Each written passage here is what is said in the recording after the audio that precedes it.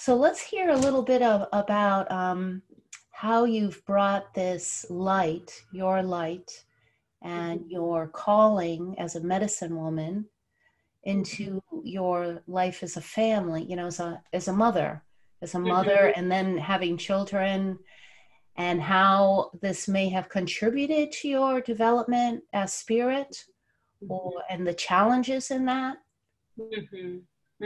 Yeah. So as I said, one of my teachers, Sherry Huber, was the first person I met in my life that I heard her say something and I was like, she knows something I don't know. And she basically was saying mental illness, this is how I took it, so I don't know that she meant it this way, but this is what I heard. Mental illness isn't real. And I, had just gotten my degree, and when she said it, it was like I felt her heart. I felt this woman knows something about being a healer. And so then I started to, sit with her and pass over that I wanted to come and live at the monastery. And long story short, I never went there for longer than a month.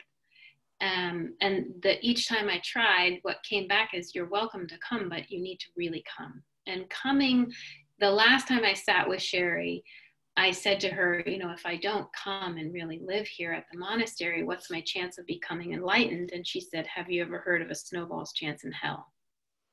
So she, for me, was a fierce teacher, very zen in that way, and very loving. So she was saying, like, it's not going to happen. And I really, really, really wanted to have kids. There weren't kids at the monastery. So I felt like I had to choose between becoming a mother or waking up. So I chose a mother. And I married someone that I really shouldn't have married, which is definitely part of my karma. And I have these two beautiful children. And the first thing I found as soon as I had my son was like, oh my gosh, the way I loved him. It was the first experience of, this is what love is. And I saw something I'd been carrying for my whole life about my mother, like that she hadn't protected me in some important ways. And I called her and I said, I am so sorry. What has happened to you? So much worse than anything that could happen to me, because I felt how much she must have loved me based on how I loved my child, my son. And I realized she must have just really hurt when I got hurt. And it was like this opening between us where we got connected in a way that all the years of therapy hadn't connected us. It was a tremendous amount of healing that happened. And forgiveness was so easy. Like, I understood what it must have been like for her. And then I started to, like, how do I get back on the path? Like, I can't meditate. I can't go on these retreats. I had 2 little children with a very absent partner. And so I was going to do most of the caretaking alone. And so my life as a mindfulness practitioner and all the striving, I was used to getting up at 4:30 or 5 and doing my first sit, and I couldn't do that. And so I felt really scared and lost spiritually. I don't get how to be a mother and be on the path. And then it lived me, as in, I realized meditation is actually resting. I never saw that before. And that what God was inviting me to do was just notice the leaves and feel them. Feel the wind. Just rest. Like, so much love. Meditation would just be love. Like, let the love in, Nick. You can't strive anymore. The striving was broken by the single mothering. And your heart was broken also. I mean, to really, for me, spiritual evolution, or just really developing spiritual, it has to do with the heart. And it sounds like, and healing and being human. So it sounds like once you had children and you became to understand your mother more, like what it really means to be a human being in this life. It isn't, in some ways, the old school can be that the ashram or the monastery or the retreat even is can be a little bit of a bypass to our humanness. So it sounds like the opportunity to be a householder, to live the life of a mother, cracked your heart open so that healing even happened that didn't happen in the therapy room between you and your mother. And then the understanding, it's like they say that people who actually truly have empathy, I mean, I've heard this over and over again, are people who have truly experienced deep pain and have been able to find the light through that so that they can bring that care, because that pain doesn't seem to happen unless we care. You know, like we have that inborn love in us that can get covered over. So the pain of your mother that then had an influence on you, as you said, at a certain time when you felt she really needed to be there for you, and for whatever reason she wasn't able to be. And then in your own, having your own children, like what a healing that is for you, for her, probably even her mother and her mother and her mother, that doesn't happen in an enclosed linear practice that's separate from life, that's separate from being a human. So in one sense, you felt challenged and a little bit lost because you had a very good teacher that had wonderful influence in a mindfulness practice, but at the same time, it was divorced from your inner, the direction that your life was taking you as a mother. Yeah. I just wanted to underline that, and then have you continue with Yeah, I'm really hearing what you're saying, and what comes is like, what if we are like stones in the river or rocks, and the river is like spirit, and it's moving us where it wants us to go based on our own the evolution of this particular form, Nicole. And I had this egoic idea of enlightenment that looked like I need to stay at the monastery. But life was like, no, you actually need to become a mother. And through the process of being a mother, there have been many, many, many realizations, including my son has some special needs. I can see my very tight, contracted, not faithful, terror. Life is opening that. Life is breaking that open in me. Yes.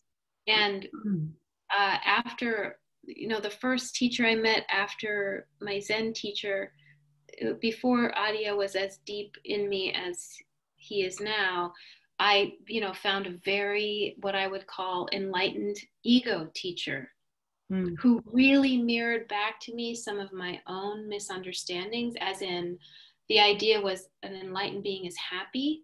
And everything in me that wasn't happy was a reflection of how I hadn't really arrived yet. And that reflected my own egoic misunderstanding. And so I really had to get smacked by that. Like, okay, Nick, if you think that, then, and spirit was clear, like I'd pray and, spirit would be like, you're on the cross because that's exactly where you need to be. The pain that's coming up is exactly what you need to learn to love and hold and say yes to. Like, you're not lost, you're just in a lot of pain, and that's yes. How can you say yes? So I feel like probably for the rest of my journey, life is going to keep tumbling me through the river in whatever way I need so that I become what God is creating. And I have no idea what that is. Yes. I like that. And I, just to circle back again, I like, who was it that said that mental illness does not exist?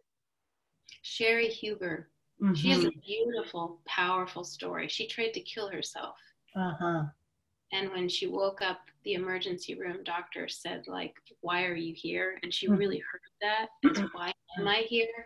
And she has a very powerful Zen practice about waking up from the inner critic. Yes. Yeah. Good. Yeah. Well, I Yeah. just came across something yesterday and I want to read it. This woman, I think her name is Brittany Frank. I don't know if you've ever heard of her, but No. she's a trauma therapist. And, you know, I think like we have to be careful when we use labels about anything because anybody can interpret that a different way. So, Yeah. you know, to be sensitive that there definitely are people who suffer from all kinds of different ailments or injuries, mentally, physically, psychologically, psychically, and traumatically. So Definitely. definitely. So there is, and we both know that because we both work with people all the time. And sometimes, though, just setting the label aside can be incredibly helpful. Mm-hmm. So she says, you are not broken. Trauma is not defined by what happens to you, but about how your brain interprets safety and danger. Anything that is too much, too fast, or too soon can register in your system as trauma. We all have it to some degree. Mm-hmm. Wait, trauma? But I've never been to a war or had anything major happen to me. How can I have trauma? Mm-hmm. And then she says, the body never lies. If you are experiencing symptoms, it's possible that there might be unaddressed trauma. I like to call it unresolved. Mm-hmm. The good news, many hear the word therapy and think they'll have to retell all their stories. Cutting edge research confirms that it's not true. You can heal without re-experiencing your past. You can heal even if you can't remember your past at all. Trauma is not an illness. It is an injury and it can heal. Mm-hmm. And I think I just, when I came across that, I said, you know, I want the listeners that are here to, you know, here listening at any time to hear that because trauma is a big word right now. And I'm using it also quite a bit. And I've Yeah. worked with trauma. I mean, I've called it many different things in the past, but it's always been the symptoms of this injury. Yeah. And one of the things that also happens and why when before you and I spoke, before we went live, was to give ourselves permission to go slow because that is true that we're bombarded constantly with so much information and half of the people spiritually and otherwise we don't even take time to acknowledge how resourced and how full and how complete and how unbroken we already are. Yes. Because you hear about a new program or a new teacher and everything, especially right now, because so many people are at home, that the internet is creating, not the internet, but people are creating more things to participate in on Zoom, for instance, this. And then it's like this, you know, you can get into this impulse of, oh, I need more food. I need more food. I haven't had enough yet. More food, more food. But we haven't digested yet what we already have. And so when I read this and I listen to this, I feel that that also is a lot of what's happening to people is not assimilating, not digesting, not actually receiving what we already have. And when I've been listening to you, I feel like from a very early age, you received something.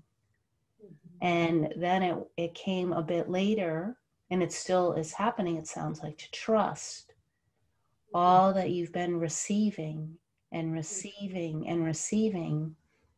And when you speak about the becoming, I'd like to hear more of what you have to say, because in my experience, the becoming is also, it's not separate, it's the receiving. It's the receiving. It's kind of like the relationship that you speak about that you have with nature, with the trees, Like when you receive nature, and then it's like your love notes come, just spontaneously.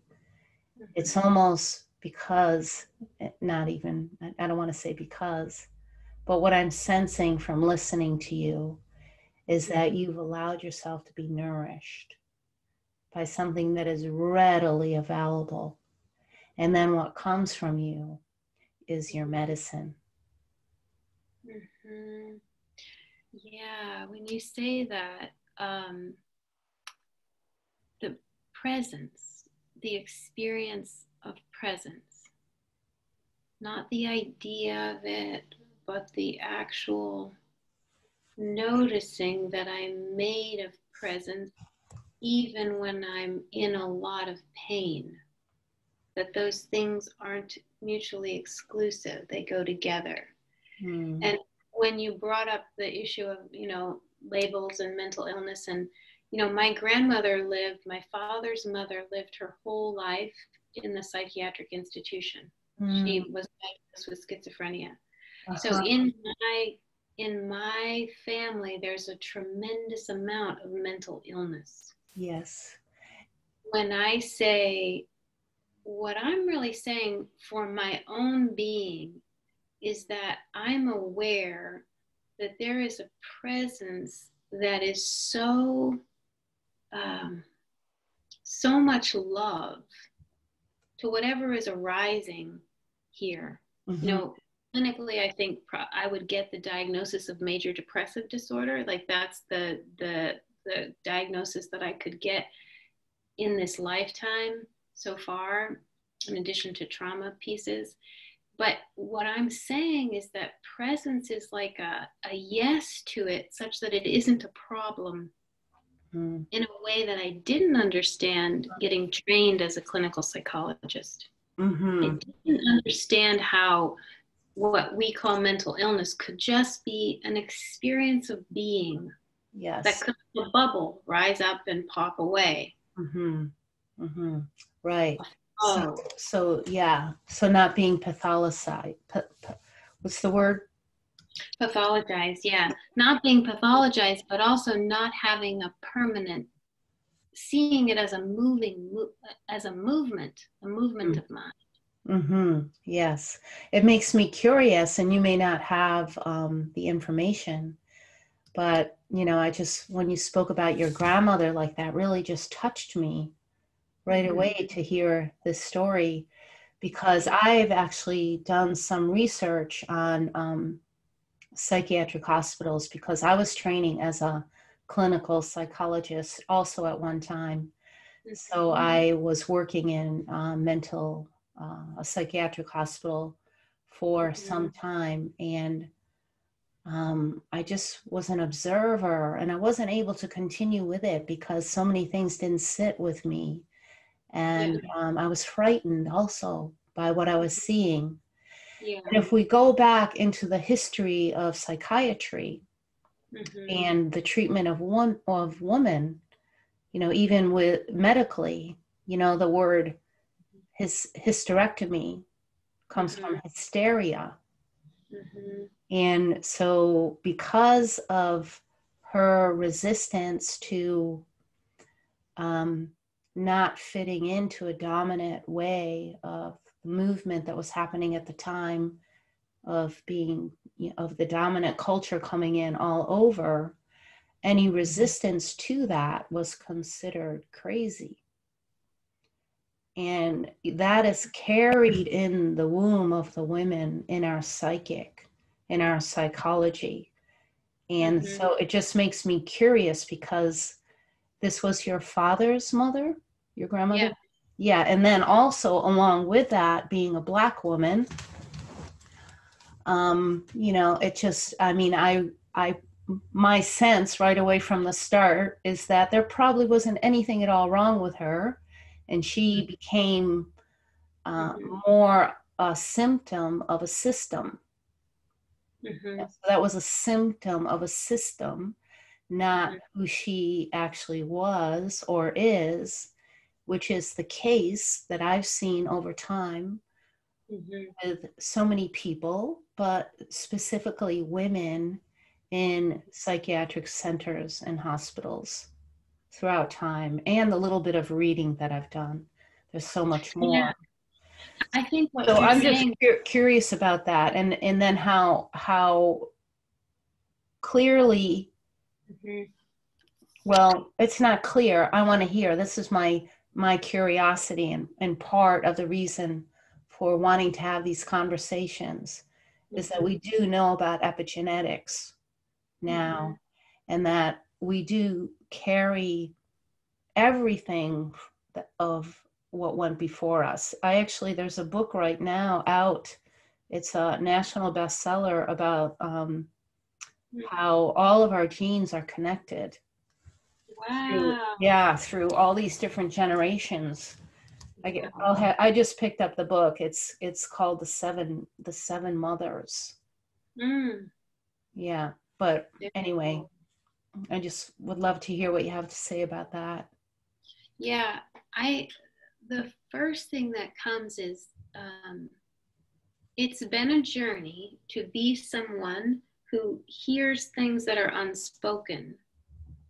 So to me, it's a kind of listening, and but I, like as a child, could hear things that people weren't saying that I knew were true, and now it would be called gaslighting, but that's like an intentional thing. But a less intentional is if you pick up things that aren't supposed to be acknowledged, Mm-hmm. it's tricky to find your root. And that may have been true for my grandmother too. She may have known things she wasn't supposed to know, and Mm. then I think it has been for me, crazy making to hold true to your own knowing, even though your environment is like, stop, stop, stop, stop, stop, knowing that. Mm. So for me, learning how to like trust, get grounded, believe this while also forming a bridge with people. So now it's much easier. For example, I could say to my mom, I always knew there was something really wrong, but you couldn't acknowledge it. And she can say now, yeah, there was something really wrong. And you were saying what was true, but I couldn't see it then, or I couldn't acknowledge it then. Or it's very easy with clients because, people will say all kinds of things that are unspoken. And then it can be like, am I hearing this? This is the unspoken meaning that I'm getting. Mm-hmm. And with clients, it's a great job for someone who has this way of being because they really appreciate being seen, being heard, being understood, Mm-hmm. having all that unspoken be sensible. Mm-hmm. Yes. To have the person say, you make sense, it's okay. I think that this is the unspoken river of information here. And like, yeah, that's right. Mm. So yeah, I think especially around, I think women have been expected to play roles that are very narrow, and we haven't been allowed to break out of them. you Mm. know Mm-hmm. um, and what I mean by that is I'm sure my grandfather was having affairs. Maybe my grandmother knew about that but wasn't supposed to speak it. Mm. um, so I think that, yeah, there could have been many ways in which she just had a knowing that couldn't be accepted Mm. Yeah. Yeah. and felt lost inside herself. But I don't know because I never really knew her. I just met her when she was in the hospital. Mm. Interesting. Yeah. Yeah. There's so many ancestors that I would love to have a conversation with. Sometimes I feel like they do visit. Me Yeah. too. I Mm-hmm. do think they visit. And in fact, I think they ask us to love them. Mm. Yeah. Like sometimes if I feel something well up, it's like, okay, I will love you. Yes. Like maybe at first, and it's like, okay, how can I open and just say yes to your Mm-hmm. experience? Yes. I really love what you were saying about being seen and felt and heard. Mm-hmm. And you've been in some of my circles, just a little bit. But Yeah. that is one of the main things that we do when we have the opportunity to meet physically, is we form a big hoop, a big circle. Like all of my work happens in circles. And it really is about the opportunity for a person to be able to come forward, no matter what walk of life they come from. It's just a person is there because there's a readiness. Yeah. Something called them into the circle so that something can be heard, seen, and felt, and witnessed, and believed. Yeah. There's right there in being witnessed, being heard and felt, but also believed. Because I really feel, and maybe not so much now, but when we grow up, and a lot of us do, with secrets of shame, the shame, and it's very secretive and it's very dark, and it kind of really can keep us separate, and with that sense of isolation and that feeling that this hasn't happened to anyone else, and it isn't happening to anyone else, and I'm the odd one out. And then we get to come into, and then it affects all our relating, of course. And then we get to come into a circle where we're able to have, like when women gather, red tents and other gatherings that happen that women are creating all over the world now. And it has been for years. And I ran a women's group for many years. But that whole holding in the circle, where it's coming out of the form of a linear kind of teaching and a way of being, but where you just get to be yourself and share whatever might be important in your story that you hadn't been able to share yet because there hasn't been safety for that sharing. And then just in the telling of that story in a structured way, where it can be regulated. Yeah. And then people get to tell it, and they're seen, felt, heard, and met, and witnessed, and believed. Like there's so much healing that happens in that, not just for the personal individual that shared the story, but everybody, because we get to see and feel how much of our own humanity is shared with each other. Our human experience goes across all races, all cultures, all sexes, all genders. It's everywhere. And when we have been speaking about the womb, the womb in a sense is this rich soil like the earth. Yes. Where you're held, and so much can be cultivated there from something very deep and rich. So these ways of the women, the ways of the womb, the ways of coming together in a safe circle, for me, has been more valuable, and I've seen in other people, than years and years of therapy or years and years of a certain isolated kind of practice where you're just sitting on your pillow. That's really valuable also. I'm not discounting that at all. Like you said in the beginning, how we intersect the circle and the line. They both have their contribution to giving birth to something that's really authentic about each and every one of us. So I just wanted to underline what you said about being seen and heard and witnessed and believed. And that feels like maybe a good place to start to come to a close in our conversation and see if there's anything else. You're writing a book. You spend a lot of time in nature. Nature really speaks to you and to me as well. also have a book coming. We have just so much going on at the same time, like so similar. It's really great. It is really great. And then one thing that you shared with me, I thought it was so sweet when I received an email from you, and you said, "Can I share my love notes with you?" Oh, yes. Oh, this is just beautiful that she has love notes. And in the notes for this description of this program, I'll put your website in there, and I'll direct people to your love notes because they're just absolutely beautiful. And would you say, just as a way of giving to whoever's listening to this, let's just give some tips on regulating yourself. Like, how do you regulate? How do you resource yourself? How do you ground and anchor, especially now living in the States when there is this racial tension? We have the election just about here. We have the COVID-19 still going on.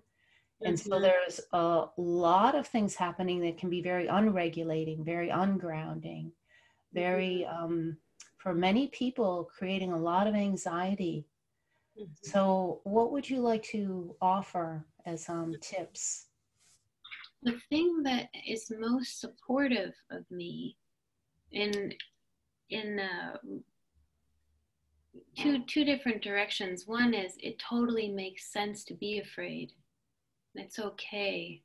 It's okay. Whatever experience is arising right now inside myself, inside of you, is totally beautiful. Like the Rumi poem, it's been sent, so it's okay. It's been sent.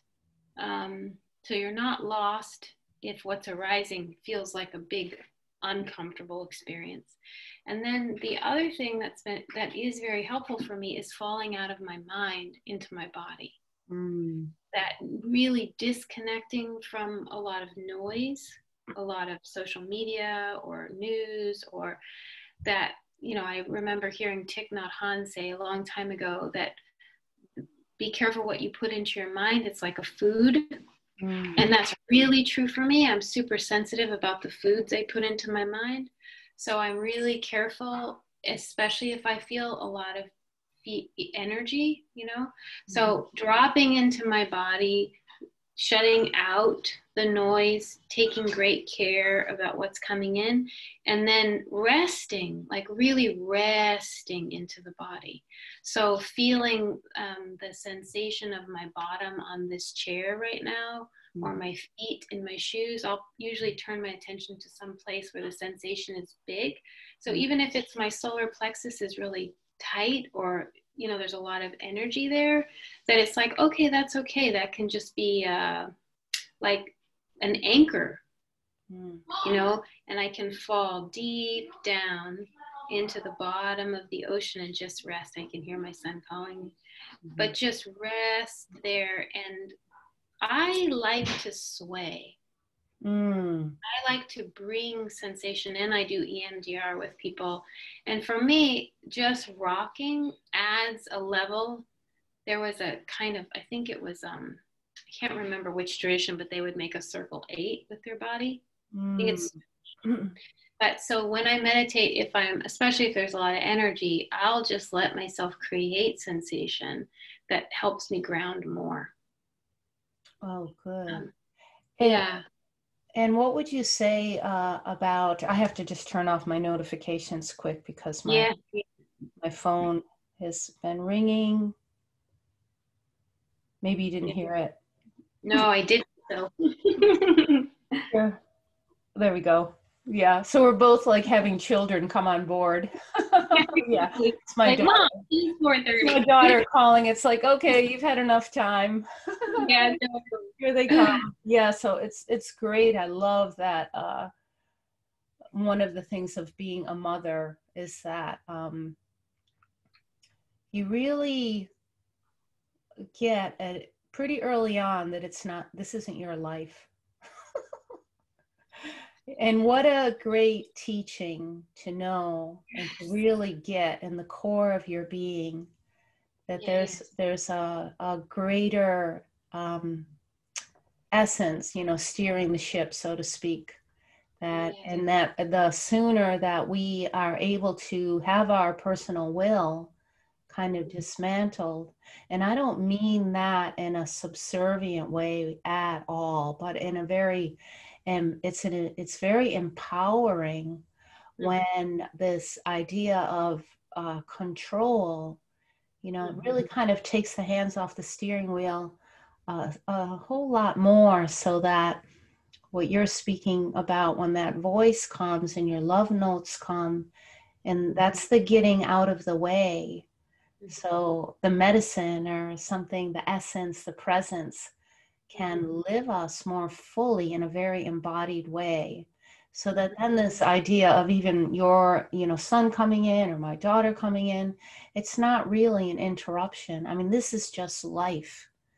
This is life, and we get to have it, and we get to have it in its fullness. And we get to have all of these people around us, like reminding us that, you know, it's not about you. It's not about you. It's like, I'm here too, and I'm here, and I'm here, and I'm here. And with everything that's happening right now, it's like Mother Earth, the Black Lives Matter movement, the transgender movement, all of it, you know, the women's womb and voices and healing, you know, coming. It's about all of us, all of us, all of us. And this really dismantling of a structural, a systematically structured dominant culture throughout the globe that hasn't been serving for a very long time.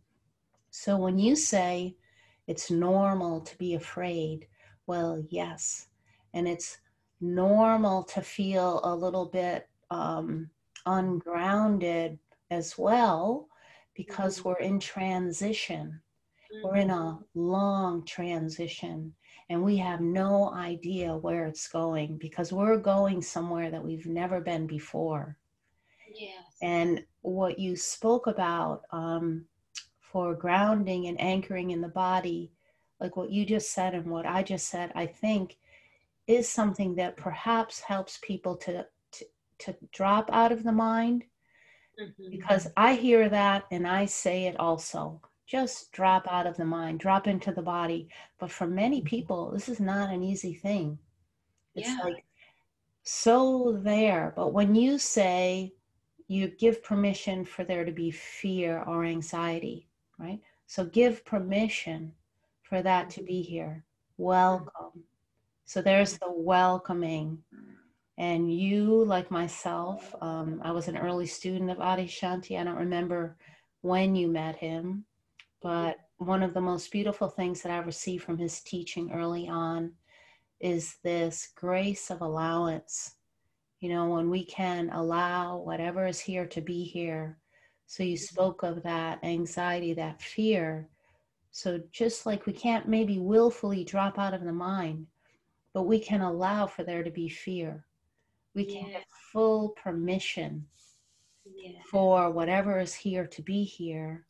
And what that does is softens any resistance to the actuality of what's happening. It isn't denying it. It isn't bypassing it. It isn't pushing it away. It isn't asking it to be different. But it's like, it's here. It's here. Fear is here. Anxiety is here. We're in a huge transition. And it's normal not to feel stable right now. Yes. You know, and can we welcome the darkness? Yes, we just sow the womb. Yes. Sow the womb. And I think that that's a highlight of what you bring, is this capacity and this willingness and this actual true interest in entering dark places with people and not being afraid of that. And, you know, it's a funny thing, but I have the same passion. I would even call it a passion. It's because when I work with people and when I see them in their muck, when they like really let that muckiness come forward, I'm turned on. I'm ready, you know? I'm like, oh, good. Now we're in the messiness of it. You know, now we're not just talking. Now we're in the direct experience of feeling what's unpacking itself. You know, what's ready to be seen, felt, met. And this is the richness of this time, would you say? Yeah, definitely. And I think, Prajna, when I listen to you, it's like you're inviting all the muckiness to be loved, to Yes. experience love. Mm. And it's so beautiful. Mm. And, you know, I think where we are lost in the sense of what's really harming us as a culture is there's so many people who don't feel loved. Yeah. And out of that are hurting other people, trying to climb up. It's like what you said about that proverb. If we don't create a village that embraces everyone, those who feel outside will burn it down. Yes. Ah. So you're just like, yes, love, let the muckiness come. We can love that.